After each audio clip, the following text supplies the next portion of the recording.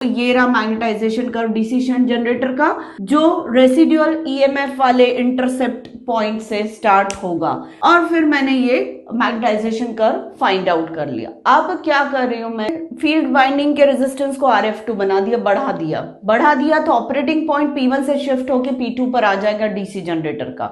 या फिर मैं इसको ऐसे भी बोल सकती हूँ कि एक बार मैंने डीसी शंट जनरेटर को Rf1 के साथ वोल्टेज बिल्डअप प्रोसेस होने दी, फिर मैंने डीसी शंट जनरेटर को बंद कर दिया, दूसरी बार Rf2 और फिर वोल्टेज बिल्डअप प्रोसेस होने दी, तो वोल्टेज कहां तक राइज होगा, P2 तक। और पहली बार कहां तक राइज हुआ था, Rf1 के साथ P1 पर। अब मैंने फिर डीसी शंट जनरेटर को बंद कर दिया, रेजिस्टेंस फील्ड वाइंडिंग का Rf3 कर दिया, तो फिर मैं वोल्टेज बिल्डअप प्रोसेस करवा के देखी, तो वोल्टेज कहां तक राइज हुआ, माना कि इस पॉइंट पर जिसको मैं P3 बोल रही हूं, P3 तक राइज हुआ और कम हो गया। मतलब जैसे जैसे रेजिस्टेंस बढ़ाती जा रही हूं, वोल्टेज बिल्डअप मतलब वोल्टेज राइज वाला जो मैग्नीट्यूड है वो कम कम कम होता चला गया। वो अब इतना हो गया जिसको मैं बोल सकती हूँ EF4, मतलब P3 पॉइंट के करस्पॉन्डिंग कितना वोल्टेज राइज हुआ, सिर्फ इतना। जब Rf1 रेजिस्टेंस था तो वोल्टेज मैक्सिमम राइज हुआ, फील्ड वाइंडिंग का रेजिस्टेंस Rf2 कर दिया तो वोल्टेज इतना ही राइज हुआ EF2 तक। फिर यहाँ जब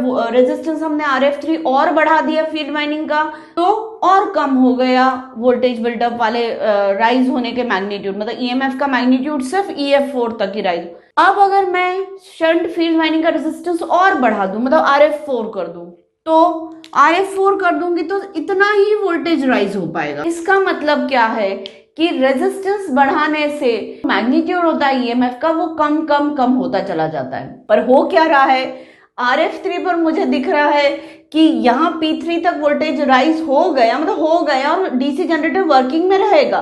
पर जैसे ही Rf3 से मैंने रेजिस्टेंस को और ज्यादा कर दिया तो वोल्टेज बिल्डअप राइज होना बंद हो गया। इसका मतलब क्या है कि Rf3 जो है एक क्रिटिकल रेजिस्टेंस है, जिसके बियॉन्ड, जिससे थोड़ा भी रेजिस्टेंस अगर आप बढ़ा देते हो तो उसके बाद वोल्टेज राइज नहीं हो पाता डीसी जनरेटर का।